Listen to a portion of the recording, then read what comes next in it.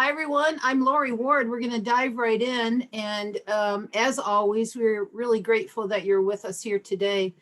We're going to talk about a very important topic in the national parks, one that needs special attention, especially, I would say, in part due to the fact that the Great American Outdoors Act is now starting to take shape in our country. And it will address some of the things like it'll be addressing infrastructure. In a lot of parks, waste management is a big deal. The superintendent sometimes will say to us, well, it's like running a city when you manage a park. And waste management is certainly a big part of that.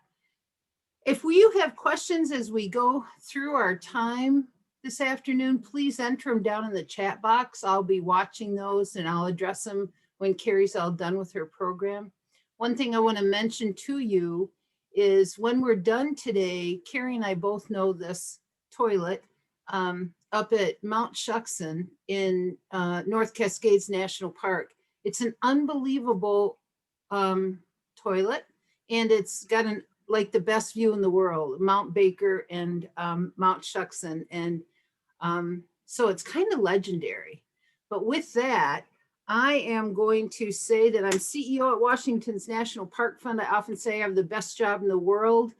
We have a great board of directors who are highly engaged with us and just work hard, and they give of their time, their talents, their treasures.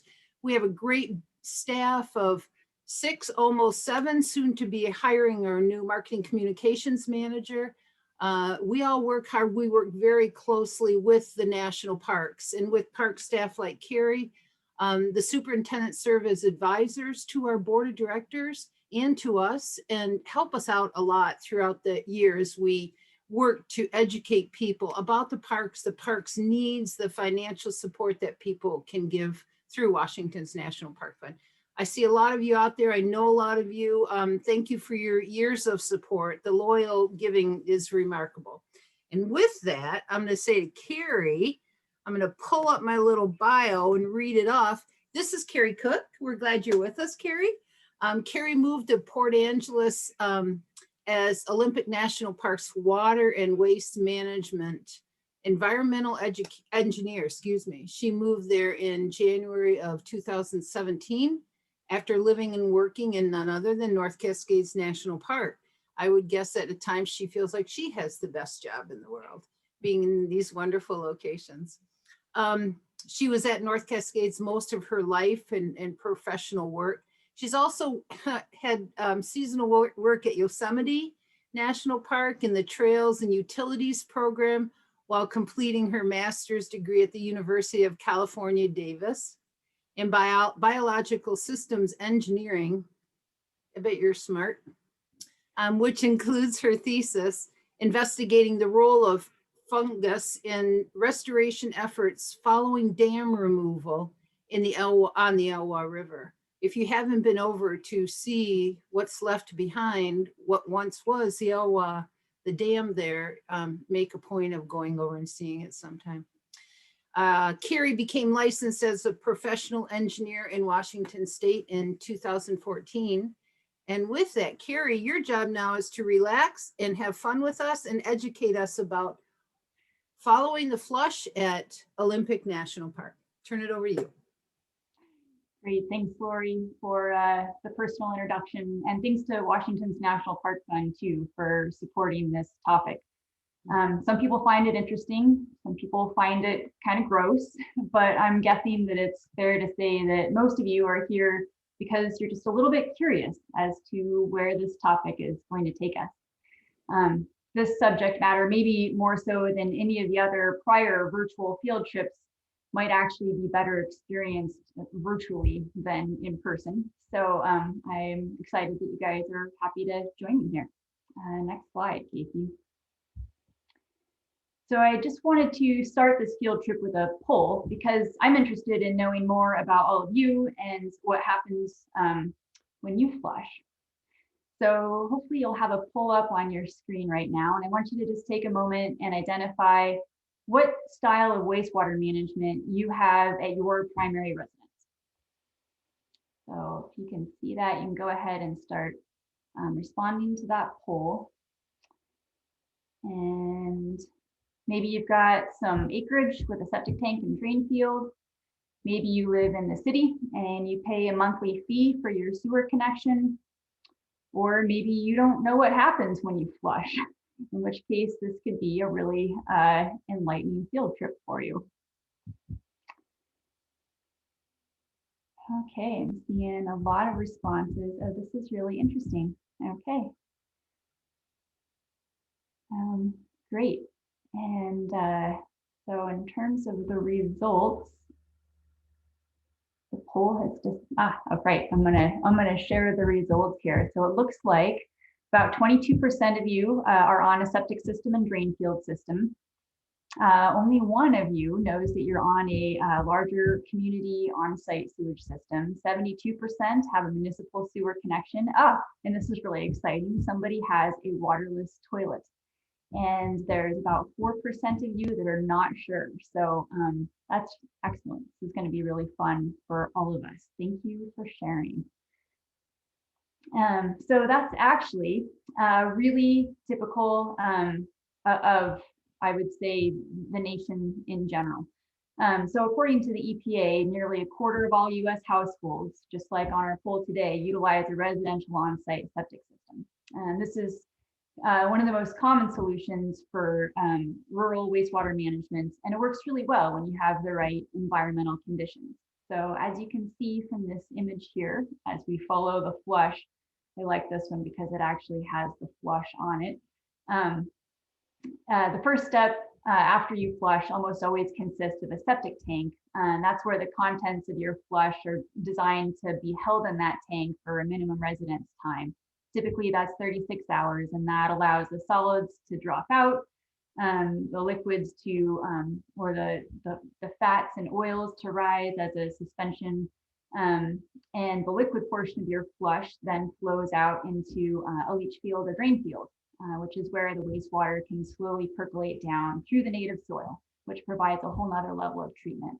So aerobic microbes living in the soil further treat your wastewater. They consume nutrients. They deal with pathogens, and then the treated effluent actually can help recharge groundwater aquifers once it reaches that water table. So again, this is kind of the simplest of the conventional septic systems, and it just would simply rely on gravity to move your flush through the treatment process. Depending on your site-specific conditions, there can be a number of other variations that include mounds or proprietary treatment technologies. But this is your conventional on-site sewage system. Next slide. So shared or community wastewater systems are kind of a step up from that on-site system. They're actually regulated in Washington state as large on-site sewage systems. And that means they're designed to handle anywhere between 3,500 gallons per day and 100,000 gallons per day. These types of systems are more common in like a rural subdivision or a small development, when wastewater from either multiple residents or sometimes from commercial buildings is combined and treated on site prior to a subsurface drain field disposal. You can see in this image here, it provides just a little more detail on what actually happens to the effluent after it goes through that treatment and dispersal process. It flows down through the native soils until it reaches that groundwater level, which, as you can see in this image, also is where many of us get our water source from. So it's very important to treat your effluent because it's going right into what can be a drinking water source for ourselves or others. Next slide. And as is common in this country, the majority of you actually have a municipal wastewater treatment facility that you're connected to that is designed to collect and treat wastewater from homes, businesses, industries. And really the cultural and the technological shift towards these large centralized wastewater collection and treatment facilities was absolutely critical to public health and sanitation in our cities, and has been essential to the growth in our metropolitan areas. Many of these systems actually also combine both sanitary sewage and stormwater runoff in a single system, which can lead to overflows during wet weather conditions. when the volume exceeds treatment capacity. And many of us saw or experienced this just within the last few months when we had a particularly wet winter with some record-breaking rainfall. But that's another topic for another day. But the waterless toilet technologies, I was really excited to hear that somebody out there actually utilizes this in their home. That's very exciting. Waterless toilet technologies are often combined with a gray water system, where the gray water system deals with wash or rinse water from sinks, showers, laundry fixtures, while black water toilet technology is really meant to manage human excrement. So here's just a few examples of some of the typical waterless toilet technologies that are approved for use in Washington State here. The first image that you see is actually a Clivus multrum composting toilet, where waste is composted over time.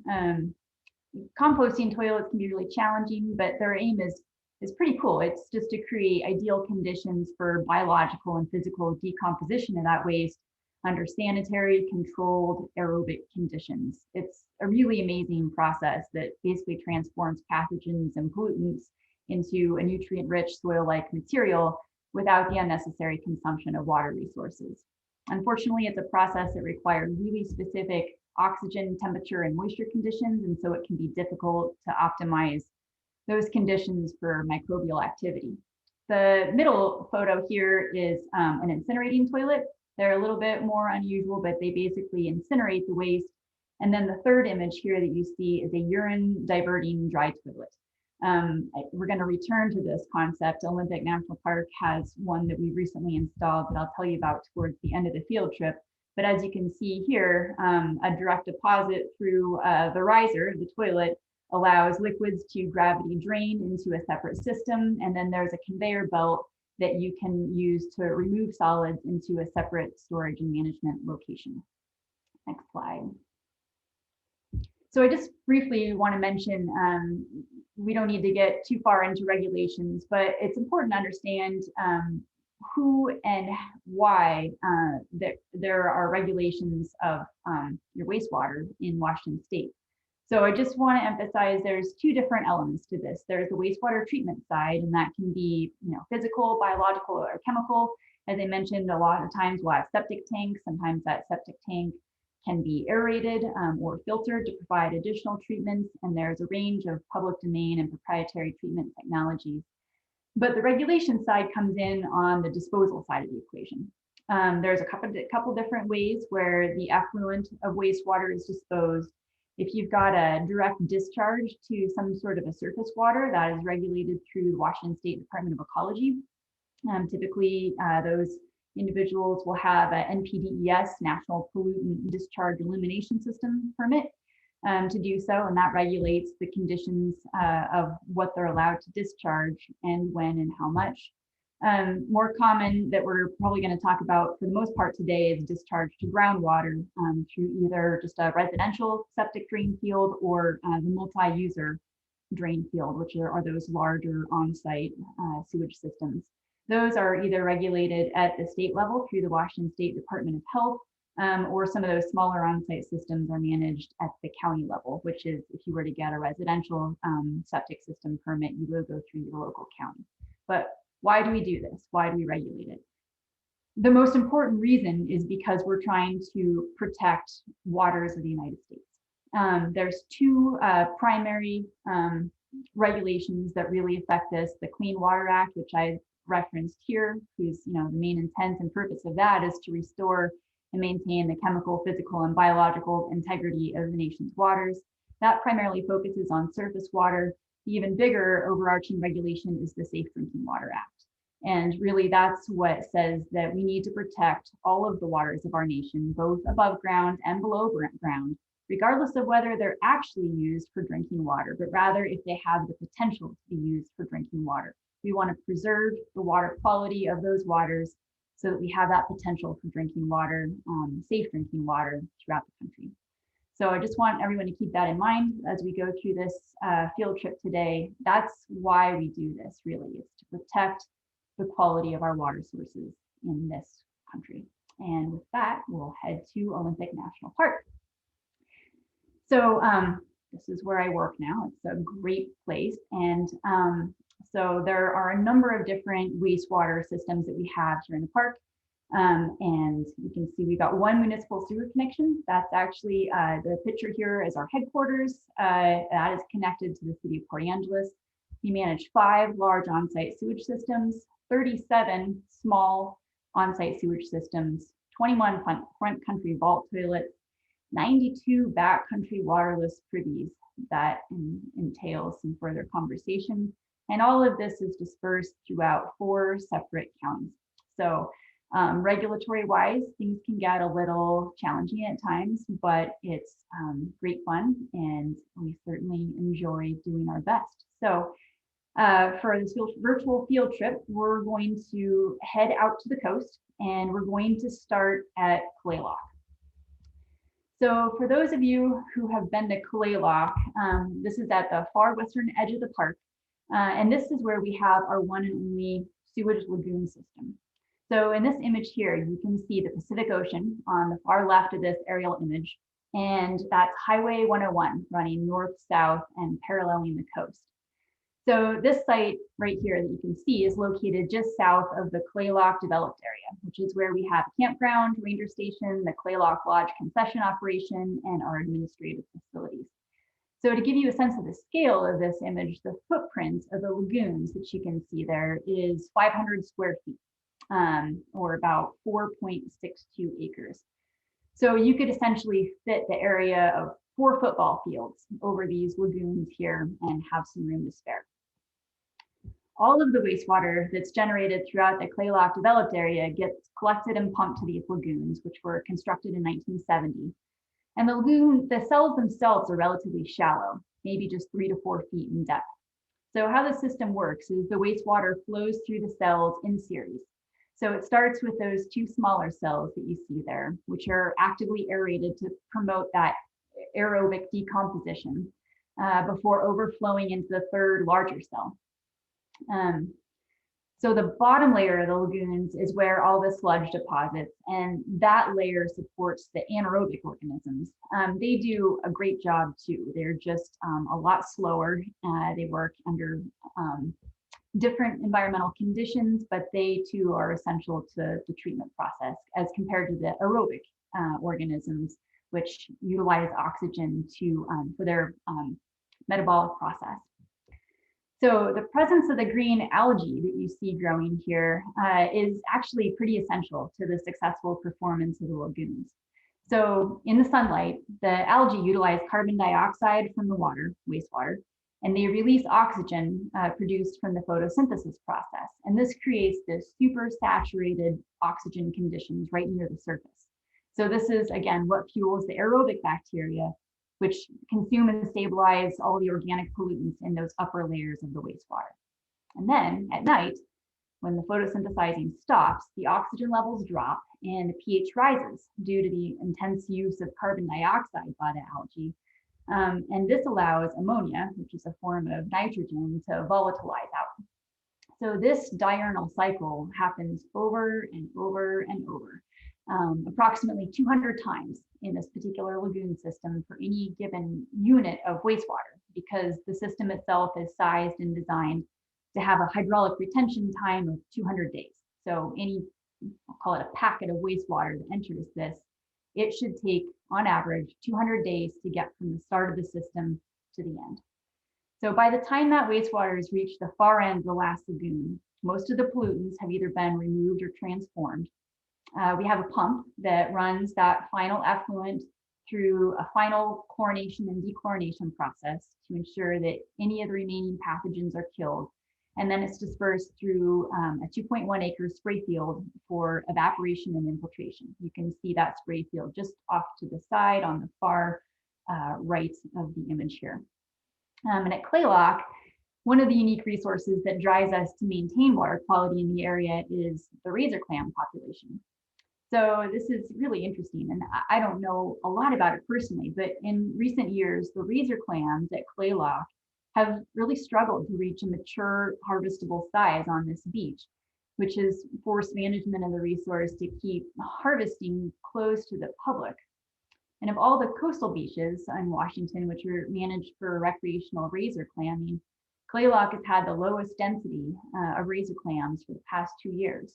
So while managers are still uncertain, as far as I know at this time, as to what's causing these fluctuations in the population, we on the wastewater side are trying to do our part by treating the wastewater and keeping water quality in the area at its best. Next slide. We're going to start heading north and inland a bit to the Hoh rainforest now. So this is where the nearly 12 feet of average annual rainfall helps make this one of the 7 wonders of Washington State. So I would bet that many of you who are attending this field trip have probably visited the area. And if you have, you probably took advantage of one of the public restrooms, either at the visitor center or perhaps in the campground or picnic areas. And if so, you have directly contributed to the nutrient cycle that makes the record-holding Hoh rainforest biomass per acre of land among the highest in the world. So congratulations and thank you. Wastewater management in the Hoh developed area is pretty simple in that it basically consists of a septic tank and drain field. So we do aerate a portion of the 50,000 gallon septic tank that we have to promote that aerobic treatment of pollutants. And just for comparison, your residential septic tank is probably closer to 1,000 gallons. So this is about 50 times larger. And then after it goes through the septic tank, we pump that clarified effluent into a subsurface drip drain field, which you can see in the photo here. So it's not a huge drain field, it's just over half an acre. And the drain field itself provides additional treatment by filtering that effluent down through sand lined beds before it hits the groundwater aquifer and likely joins the adjacent Hoh River. So we just reconstructed this drain field less than 3 years ago. This was one of the first projects that I inherited when I started working at this park. And I think that this represents a really, this project represents a really functional working relationship that we share with the Washington State Department of Health, or DOH, as I'll refer to them. So as I mentioned earlier, the level of treatment at the Hoh is pretty simple and consists of just that aerated septic tank, which is pretty effective at removing a lot of pollutants, but not necessarily nitrogen. And our total nitrogen levels are pretty high. But as many of you probably know, nitrogen is a key nutrient for plant productivity. And here we are in one of the most biologically productive environments on the planet. So rather than requiring us to replace our entire wastewater treatment process and placing more stringent permit limits on the front end of the effluent disposal system, DOH worked with us to locate and then install a series of groundwater monitoring wells that are down gradient of the drain field.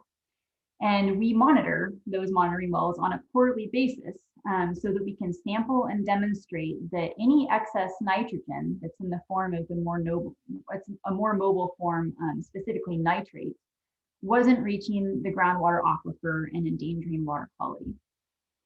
To date, this sampling program has been successful in demonstrating that the high levels of nitrogen that we know are in our wastewater are not migrating into the groundwater. And that's likely because that nitrogen is being taken up and utilized by the rainforest vegetation. And the wastewater treatment and disposal system, as constructed, is pretty effectively protecting both public health and the environment. Next slide. We're going to continue our travels north and west and get off the bus at Lake Crescent, which is second only to Lake Chelan as the deepest lake in Washington State. So similar to Lake Chelan, Lake Crescent is classified as ultra oligotrophic, which means that that brilliant blue color and exceptional clarity that you can see in the aerial image here is due to a lack of nutrients, and specifically to a lack of nitrogen. You're noticing a theme here, that nitrogen, lack of nitrogen, which prevents algal growth in the water. Unfortunately, some recent surveys by the US Geological Service and the NPS have documented an increase in nearshore algal blooms in Lake Crescent. And scientists were able to actually track the sources of nitrogen causing these algal blooms by looking at the nitrogen isotopes that are in the plant tissue themselves. So while seasonal leaf litter from red alder trees growing along the shoreline actually ended up being identified as one of the largest contributors to these algal blooms, nitrogen from septic systems was a contributor. So in addition to impacting the water clarity, algal blooms have a real detrimental impact on the spawning habitat of Lake Crescent's endemic Beardsley trout. So we at Olympic National Park have a pretty vested interest in providing effective wastewater treatments, particularly for nutrients like nitrogen in these areas surrounding Lake Crescent. So the area that you see here in this image is Barnes Point, where we have a number of facilities that are served by a central wastewater collection system and a physical chemical treatment process. These facilities include the Nature Bridge Educational Campus, which hosts students from throughout the Western United States generally, where the students come and engage in hands-on environmental science and stewardship programs. We also, as you can see here, we have the Lake Crescent Lodge concession operation.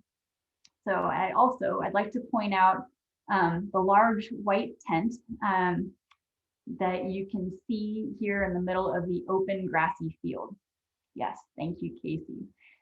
This aerial photo was taken on a day when Lake Crescent Lodge was hosting a large wedding event.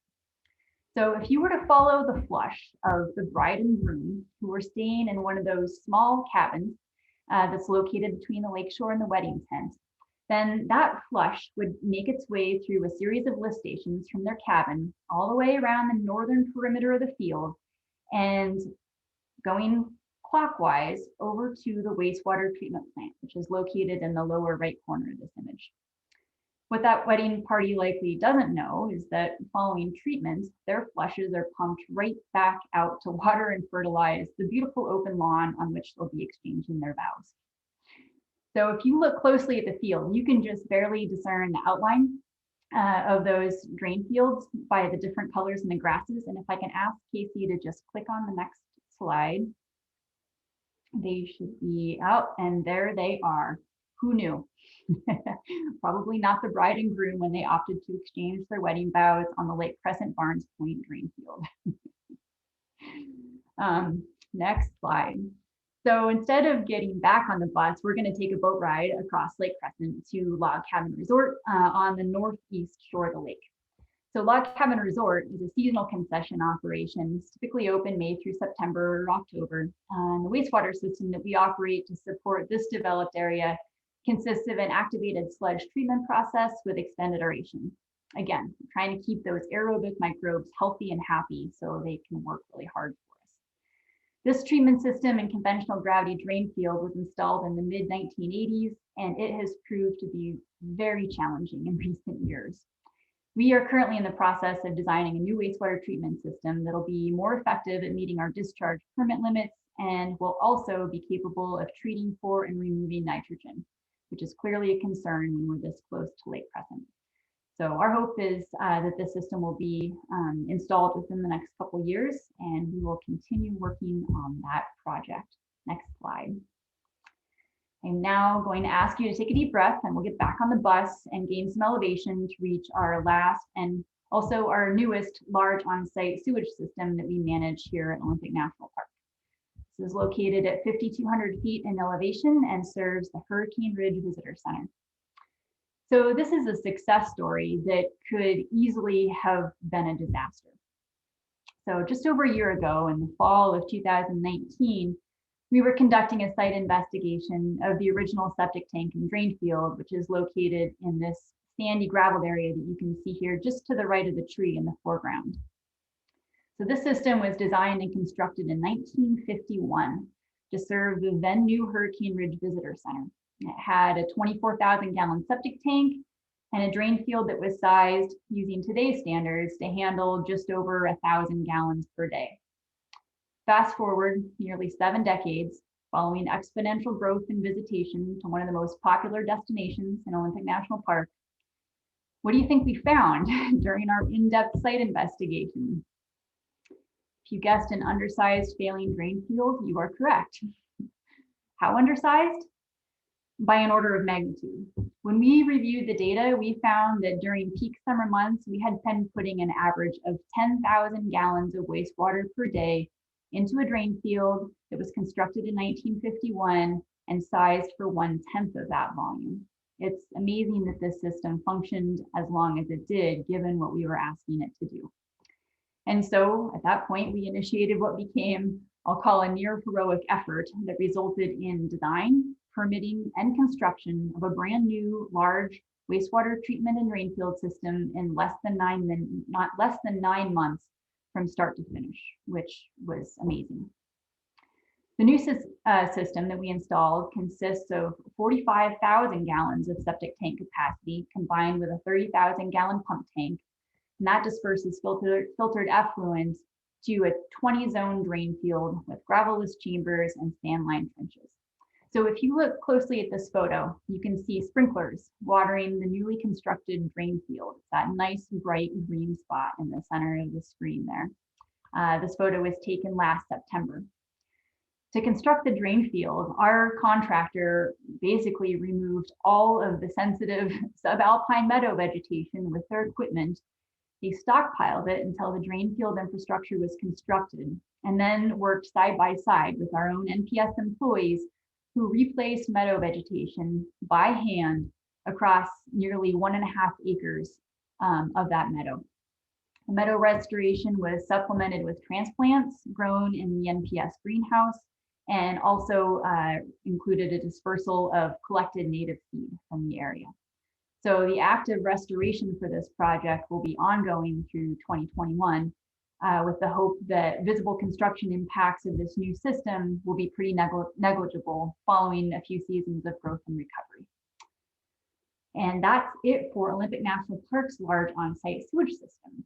And now, as we shift gears and move into the waterless toilet technologies, I want to take you on a quick personal detour with me through the space-time continuum before heading into the backcountry Olympics. So back in 2006, I was in graduate school working on my engineering degree and still working seasonally at North Cascades National Park on the trail crew, which at that time was run by a really special character named Craig Holmquist, for those of you who remember Craig. I was struggling, perhaps as many of us do, with making that transition from doing something that I really loved, working to maintain over 400 miles of trail through a backcountry wilderness that I had grown up in, transitioning to something that I was trying to pursue as a professional career, the engineering. So Craig made a decision that summer that likely put me on the path to where I am today.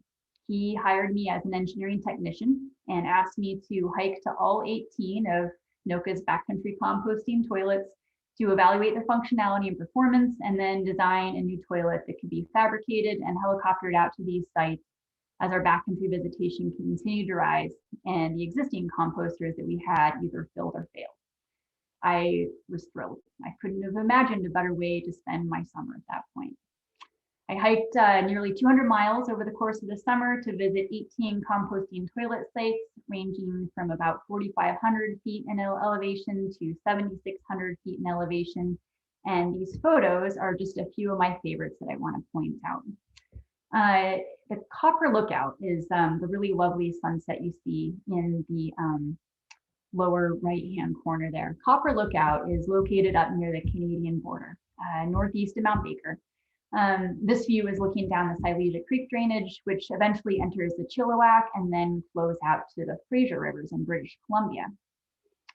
Just to the left of that is Desolation Lookout, home to fire lookout and beat writer Jack Kerouac in 1956, and also my dad in 1972.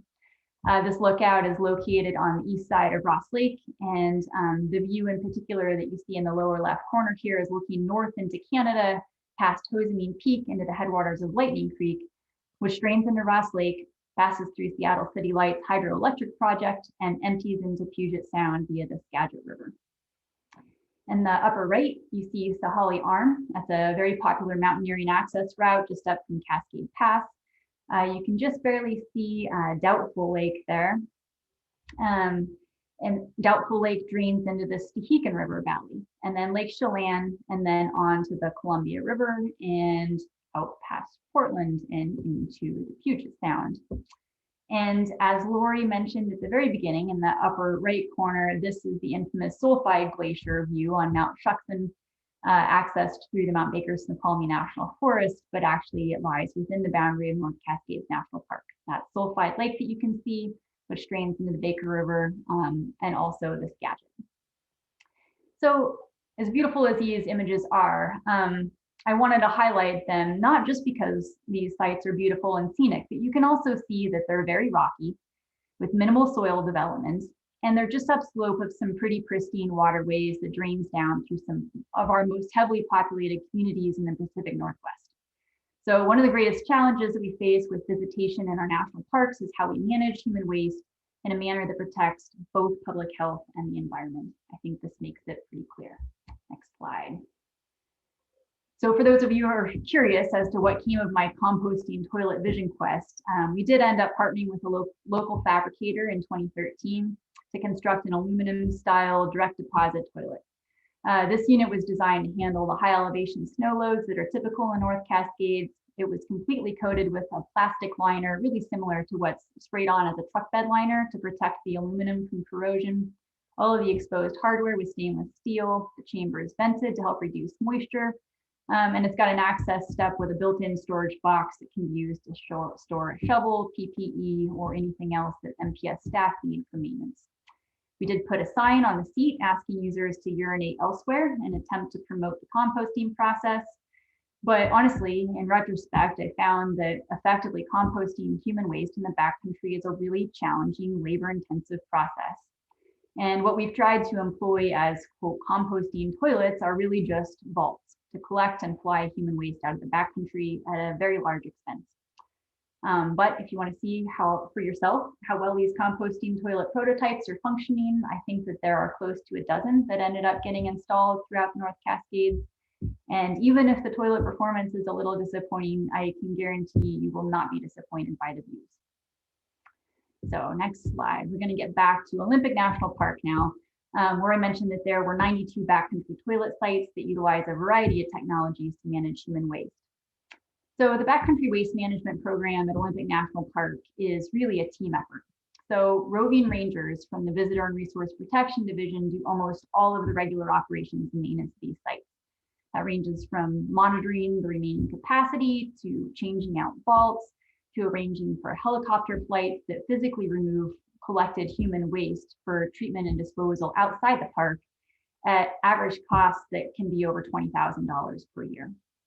These rangers ensure that overnight visitation at our backcountry camps don't exceed the carrying capacity of these sites, which we need to do to help protect the sensitive natural resources. And recently, the park's trail crew has stepped in and developed their own kit system for construction and reconstruction of backcountry toilets. And I don't expect you to read the spreadsheet on this slide, but I do wanted to just share the meticulous detail that goes into the planning and execution of toilet replacement. All of the cedar components are carefully measured, cut to length, packaged in individual units, along with all the necessary hardware and tools for construction, and packed into these remote wilderness sites, either by the park's pack string mules or by the human mules, as you can see here. Next slide. So Shai Beach, which is just south of the Macaw Reservation at the very northwest tip of the state, is a really popular destination that received one of these new kit enclosures. You can see the before and after images here. This is a pit privy. It's common for our more remote backcountry sites, but it's not the best solution for areas with a lot of visitation. A pit privy doesn't offer any treatment for the waste. They can fill up quickly. Once full, they have to be securely covered with soil. A new pit has to be dug. Sometimes there are archaeological concerns with digging new pits in suitable soils. And then the privacy enclosure has to be relocated. So while this is a really beautiful example of how we're improving the infrastructure and the visitor experience at our backcountry camps, it's not the best solution for managing waste at high traffic areas. Next slide. And this brings us to our latest pilot program for managing human waste at Cape Olava, which is just south of Shai Beach. This past summer, the trail crew installed the park's first urine diversion toilet.